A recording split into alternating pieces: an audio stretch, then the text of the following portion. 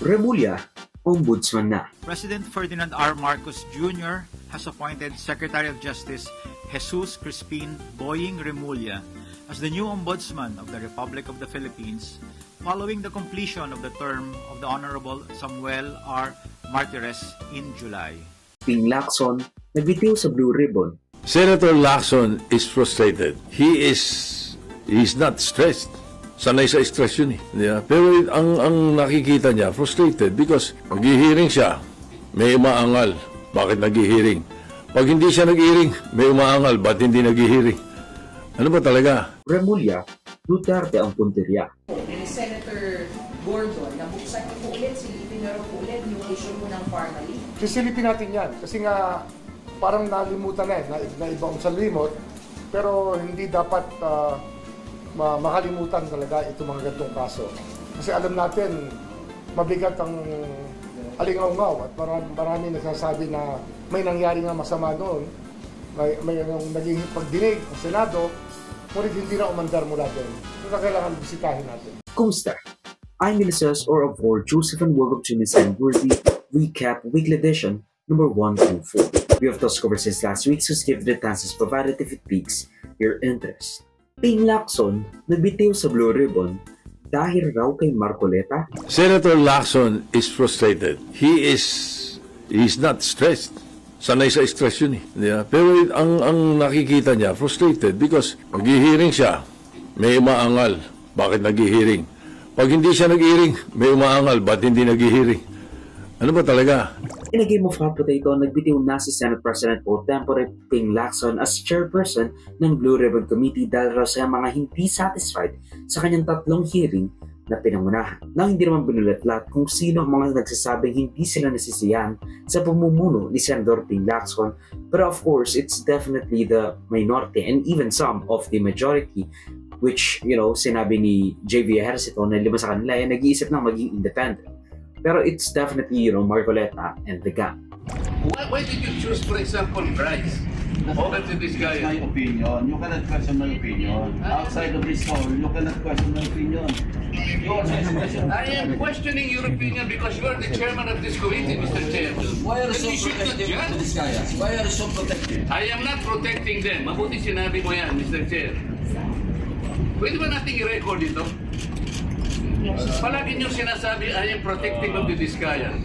When I was chairman of this committee, sinabi ko na sa inyo, the only remedy provided under the law is for them to apply if they qualify under the process of witness protection program. That's all what I did. Matatandaan na dinawit ni former Bulacan Assistant District Engineer Bryce Hernandez, sina Senators Joel Villanueva, the then Senate Majority Leader, at Jinggoy Estrada, the then Senate President Pro Tempore. Samantalang dinawit ni dating DPWH Undersecretary Bernardo, sina dating Senador or dating Senate President Escudero at former Senators Binay and Revilla. Maynard Ngu and I are close friends and we go years back. He is also a close friend and campaign contributor of Senator Chis Escudero. Sometime in 2023, Maynard Ngu told me to go to Cork and meet Senator Chis Escudero, which I did. I met with the latter in a private room in the said establishment. While we were drinking wine, he told me, alam ko naman ang galawan nyo dyan sa DPWH. Okay naman ako. Sabihin mo kay Sec magbaba sa akin. Also, the delivery of the 160 million for Senator Chis referred to in paragraph 17 of my affidavit happened sometime in the first quarter of 2025. Around July 2025, I had a chance encounter with Senator Chis and Maynard Ngu at the court. Senator Chis Escudero approached me, shook my hand, and said to me, "Thank you." Senator Revilla asked for a commitment, which I suggested. Then he approved at 25% of the total amount of the projects indicated in the list, the 25% commitment to Engineer Alcantara, and told him that Senator Revilla will appreciate additional contributions for his senatorial re-election bid, and then delivered to Senator Revilla in his house in Cavite.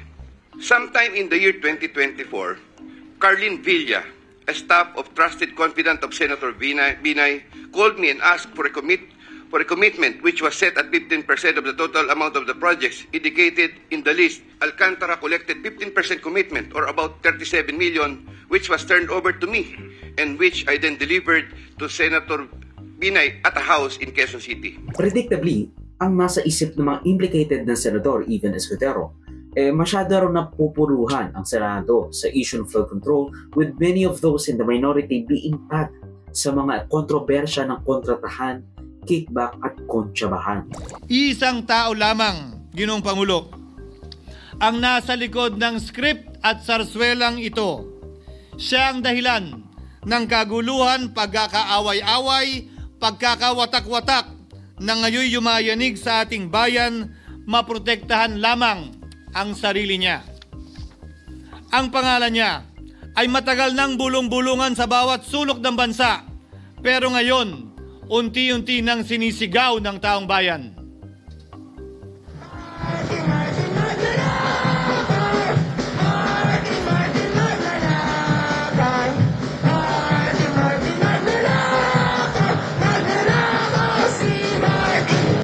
Ang problema nga lang, hindi nga tinatablan ng stress si Senator Ping dahil dati nga siyang PNP chief. Even the minority senator aligned with Marcoleta na dating PNP chief rin si Senator Bato del Rosa, mas gusto siya kumpara sa ibang tao na pwedeng mag-lead ng Senate Blue Ribbon Committee sa mayorya. There are times, even ako mismo, nagkakasagutan kami dyan sa hearing. Plastic ako kapag sabihin ko na wala akong naramdaman na pagkukulang.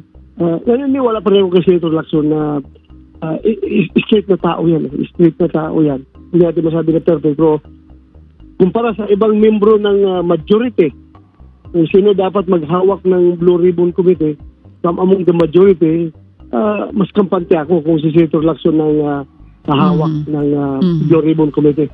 May sinabi pa si the good one JV Ejercito na mukhang gusto ng kumalas ng 5 sa mayorya to form an independent bloc.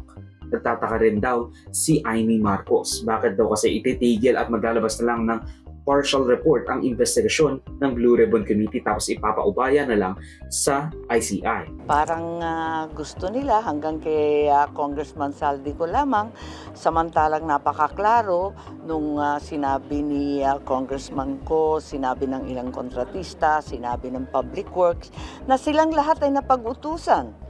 Ang tanong, sino nag-utos? Bakit ayaw iakyat ang investigasyon? Kinakailangan alamin ang katotohanan. Kung nababasa ka siguro ng group chat, malalaman mo kung ano ang nangyari, Amy. Kaso, nag-leave ka rin.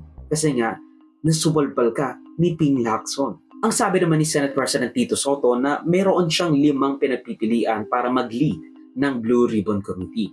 That being Senator Stulfo, wala ho tayong pakialam sa batas. Sometimes, you have to bend the law to be able to please the people. Mas mataas po ang taong bayan sa batas. Am I right, Secretary Remulla? Senator JV Ejercito.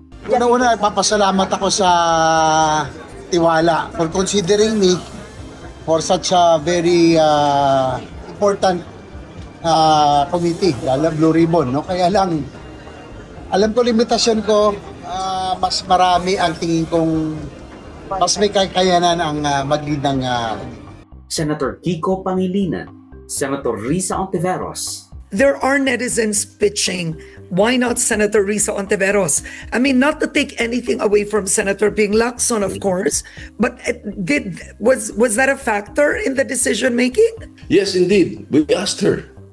I think you'd better ask her why. We asked if she was interested, and she herself said, no, I prefer Senator Lacson. Well, interesting. Senator Ontiveros herself prefers Senator Lacson as chair of the Blue Ribbon. At dating chair ng Blue Ribbon Committee na si Pia Cayetano. Although, yes, naging Blue Ribbon Committee chairperson siya dati, pero ano bang nangyari? I will use this time na walang session to pray about it and to think about it kung mahahandle ko siya. Kasi kaya ko. Wala akong doubt na kaya ko. Wala akong doubt that I can do a good job with all humility naman. But I really want the best position, the best person for the job to handle this. Nakakuha na tayo ng maayos na chairman. a lot of people don't even want him to resign kasi they trust him more than all of those people I mentioned combined. Kaso masyadong pinutakte ng minority, masyadong pinutakte ng mga natatamaan sa mga investigasyon. Ang rason kasi niya, frustration ng majority of the senators. Paano yung frustration ng taong bayan? You do not serve the senators. You serve the taong bayan. Dapat siyang bumalik. You know, when we got Marcoleta, I was even surprised to the extent na, ayos naman yung naging takbo, and that even Marcoleta has been kind of in the know. Na, kahit na 2-3 beses lang nagkaroon ng hearing si Marcoleta regarding the flood control projects, it was good. Not until, pinotektahan niya na yung mga Diskaya, but that's besides the point. Maybe because, his wife is a shareholder sa isang insurance agency na kliyente ang Diskaya, but that's not really anything. Maybe a conflict of interest, yes, pero other than that, not much. Hindi kasi pwede si Senator Risa, Senator Kiko o Bam, kasi nga yung mga DDS magagalit at mawawalan ng tiwala. Hindi rin pwede si Senator Erwin dahil sa comment niya na you have to bend the law for the people's satisfaction or some shit, which he later explained, pero the damage has already been done. Sumang-ayon siya kay Remulla nung sinabi na kailangan ng compensation, kailangan ibalik yung mga nanakaw or at least mga ill-gotten wealth galing sa mga kontrata na ghost projects and substandard. Kailangan ibalik yung pera na yun sa kaban ng bayan. Now, ang sabi ni SP Tito Soto, si Senator Erwin Tulfo muna ang magiging acting Blue Ribbon Committee chairperson habang wala pang napipiling kapalit ni Senator Ping Lacson. Again, and again. Nakuha na natin si Senator Ping Lacson sa Blue Ribbon Committee. Why did we ever let him go away? Bakit kasi masyadong pinutakte? Ayan tuloy. Kaya ngayon, wala na tayong mahanap na suitable replacement para sa kanya. Sana lang talaga makabalik si Ping Lacson sa Blue Ribbon Committee. Kasi he has that kind of air on him. He has that aura that, I am a PNP chief. And unlike Bato, I know what the fuck I'm saying. And that I am a veteran politician and inquirer. Inquisitionist, in fact. But again, he has that street cred sa, mind ng tao. But, it's sad na, again, his decision is final na. Wala nang makakapag-iba nun. Boying Remulla, ombudsman ni Marcos, mga Duterte, pupunteryahin. President Ferdinand R. Marcos Jr. has appointed Secretary of Justice Jesus Crispin Boying Remulla as the new Ombudsman of the Republic of the Philippines following the completion of the term of the Honorable Samuel R. Martires in July. Ayan na. Magtago na tayo mga ka-DDS dahil nilagay na ni Presidente Tambaloslos Bongbong Marcos si Boying Remulla bilang Ombudsman for the next 7 years. Huwag na niya silipin. Huwag na niya silipin, no? Ilagay na niya sa harap niya at pag-aralan na niya ng maayos kung ano man yung gusto niyang gawin. Ipagpasa Diyos na lang natin siya at kanyang mga gagawin bilang ombudsman. Pabor ka ba na talaga siyang ombudsman sa kanyang pwesto ngayon? Kung ako presidente, hindi siya ang i-appoint ko ng ombudsman. Pinapalitan ni dating Justice Secretary Jesus Crispin Remulla si Duterte-appointed Samuel Martires bilang tanod bayan, the last refuge of the poor, the ignored, and the unheard laban sa mga tiwaling opisyal ng gobyerno, lalo na yung magkakaroon ng kasong graft at corruption. Paalala natin noong June pa lang, sinabi na ni Remulla na gusto niyang maging ombudsman. A bold move to disclose considering na he is a sitting official ni Marcos. So maybe nakapag-usap na sila behind the scenes. Sasabihin, kapag nakuha ka ng Judicial Bar Council, tapos na yung mga kaso mo, ilalagay kita sa ombudsman. just to safeguard our position and my influence para sa susunod na termino. But you applied? Mag-a-apply ako. Mag-a-apply pa lang ako. I'm submitting my application by Friday, before Friday. Bakit, sir? Wala. I think that I have a lot to offer there. Ganun din. Sorry, pero di ba may final kong complaint sa inyo si Senator? Okay lang yun. The JBC can always evaluate that properly. Pero hindi naman po yun conflict na... I don't think so. I don't think so. Sir, kung sakali pong matanggap yung inyong application or matanggap kayo for the position, meron ba kayong list of names na i-refer kay Pangulo na pwedeng pumalit sa inyo? Meron ba kayong... Meron. Sino, sir? Hindi, madali na yun. Saka na pag-usapan yan. That's very... Pero alam na nating mananalo yung si Remulla, even with a lot of cases against him, piled on top of each other. Especially regarding Duterte's arrest at pag-surrender. Ayon kay Senator Amy Marcos, base sa kasong ifinail ni Amy as the chairperson ng Foreign Relations Committee sa Ombudsman, while Samuel Martires is still in the helm around March yata or April.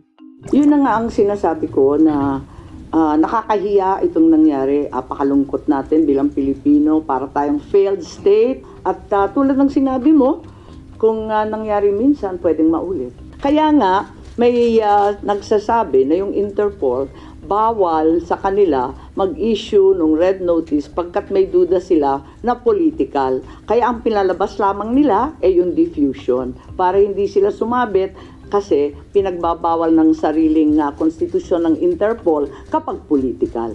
Sa palagay ko maliwanag na may konteksto na talagang sumasabay sa alitan at pagwawalang tiwala ng dalawang panig itong mga pagbabago sa legal processes and our international stand. May urgency talaga kasi alam nga natin may second, may third warrant pa raw. Kaya kinakailangan mabunyag na lahat ng pagkakamali at wag na kailanman maulit. At kung kinakailangan paltan yung polisiya, yung batas, tignan na natin at magkasundo tayo para maiwas to. Kaso tulad ng hindi niya pagkinig sa mga group chat ng mga senador, hindi niya siguro naalala na the Duterte Pact Supreme Court did not issue a temporary restraining order laban kanila Marcos sa DILG at kay Remulla regarding Duterte's arrest in the International Criminal Court, making her complaints moot. Ibig sabihin, sinabi na ng Supreme Court na, hindi illegal ang nangyaring pagdakip uno kay Duterte. So, why would you even file that case? Pero it's clear na isa lang naman ang gustong mangyari ni Amy, and that is to block the appointment ni Remulla as ombudsman. Alam na natin yan. Kaya nga siya file ng kaso, tapos yung mga motion for reconsideration niya. It's all a ploy to delay him or delay his clearance para hindi siya masama doon sa shortlist na ibibigay ng Judicial Bar Council kay Marcos para pagpilian niya. Sabihin, napakasimple ng mga pangyayari dyan, nagkakagulo sa ombudsman dahil hindi sila nagtagumpay sa PI, mga PI nila. Hindi rin sila umubra sa impeachment, kaya narito na tayo ngayon. Ipipilit nila na si Boying maging ombudsman para ipakulong si VP Inday Sara bago mag-2027 at hindi lang si Inday Sara, kundi lahat ng mga Duterte, kaalyado ng mga Duterte, baka pati ako. Yan ay sa gitna ng paghihirap ng mga Pilipinong binabaha ng tubig, ng korupsyon at ng kawalang aksyon. Tinutukan ko ang Plan A nila na People's Initiative Chacha. Binuking ko ang Plan B, yung impeachment, para mawala sa landas nila si VP Sara sa 2028. Ngayon, nasa Plan C na po tayo, sa ombudsman naman. Noon pa'y nakita ko na, kaya ako nagsampa ng kaso nung May 2, nandun ako sa ombudsman. Kung hindi kayo titigil sa pamumulitika, mag-asaran tayo. Hindi ko rin kayo tatantanan. Para kayong mga kabayong na katapalodo sa 2028, 2026 pa lang ngayon. Napapabayaan nyo ang bayan sa kakaisip ng ambisyon at paraan paano nyo buburahin ang mga nakaharang sa mga maiitim ninyong plano. Nasa 2028 na kayo. 2026 pa lang. Paano makakaligtas at mabubuhay ang Pilipino 2026, 2027? Paano makakaraos? Hindi sila tulad ng mga buhaya na kaya sa lupa at lumalangoy sa baha, walang pakialam. Isa mo pa, yung disagreement kuno, yung sworn statement ni Marcoleta na, inignore lang nung Judicial Bar Council when they were making the decision to add Remulla sa shortlist ng mga kandidato na pwedeng ilagay sa ombudsman. And then doon na pumasok sa, because he was not disqualified, he can be voted upon, pumasok na doon yung consideration of the merits of your complaint. He was not able to get a unanimous vote. Pero hindi ko na masabi ko sino yung mga votante. But they considered the reasons you gave. Your two reasons were very important. We received them, we read them, and we considered them. How did you consider that? How did the council consider the sworn opposition? Ano yun, nasa weight na ko yun, nasa weight. Not sa qualification or disqualification, but on the weight na sa voting ng a considered candidate, nandun na sa weight to yun. The members, majority are appointed by the president. They considered that it is, they voted, the majority voted for him, so they did not give it much weight, or the opposition. Mr. Justice. Nagsampa rin ng kaso si Baste Duterte laban kay Remulla, pero parang carbon copy lang ng kay Amy. Pero nakakuha pa rin ng clearance sa ombudsman si Remulla, prompting questions kung bakit siya nabigyan ng clearance kahit na meron pa siyang ikinakaharap na complaint. Pero ito naman kasi yung sinabi ni Remulla, forum shopping lang ang ginagawa. Sinasayang ang oras ng korte para hindi siya mabigyan ng clearance at tuluyang hindi mailigay si Remulla as ombudsman for the next 7 years. Nang mabasura na ang lahat ng kaso at pwede nang maging ombudsman si Remulla ayon sa rules ng pagpili ng Judicial Bar Council, which, by the way, kung gusto nyo malaman kung anong ba talaga yung proseso ng pagpili ng magiging ombudsman, you can watch my previous video. I think it's something about, pagpipilit ni Remulla na maging ombudsman with a lot of cases being thrown kasi nga gusto ni Marcos na, si Remulla ang maging ombudsman for the few years come by or for the foreseeable future. Now, why do we care na si Remulla ang magiging ombudsman for the next 7 years? Well, if that trajectory is trajectory, si VP Sara Duterte ang magiging presidente ng Pilipinas, and kung mangyayari yun, malamang sa malamang kailangan niyang or gusto niyang bumuo ng isang unilateral na gobyerno to do whatever she pleases para walang balakid sa kanyang daan. Having Remulla as the ombudsman would be a thorn in her way. Siya ang magiging hadlang as probably one of the last safeguards laban sa Duterte domination for the years to come, for the foreseeable future. Kumbaga, yun ang parang safeguard ni Marcos na, hey, kung manalo man sila Duterte for the years to come, kung manalo yung si Baste, si Kipi, si Paulo bilang presidente ng Pilipinas, because this would be a Duterte dynasty if we are headed in that direction in particular, at least for the next 7 years, maka-cut off or at the very mapapahina muna yung lakas ni Duterte for the next 7 years, which could hamper her efforts. Diba? One thing I like about Remulla is the fact that he said something regarding the SALN o pagpapublicize or gagawing public record ang SALN ng mga public officials, which is absolutely something we have been dreaming about. I think si Samuel Martires ang kind of cut off niya ng SALN declaration, which is, stupid. I'm very, very pleased na wala na si Samuel Martires. At yan pagtatapos yung news and review recap with edition for roughly the first week of October 2025. Positions na magtapay sa narapurchase na balita si Fafel ang mas paradan in any way. Salamat sa panonood ng making-formula sa mga socials at shows of the willing down below. So system of course.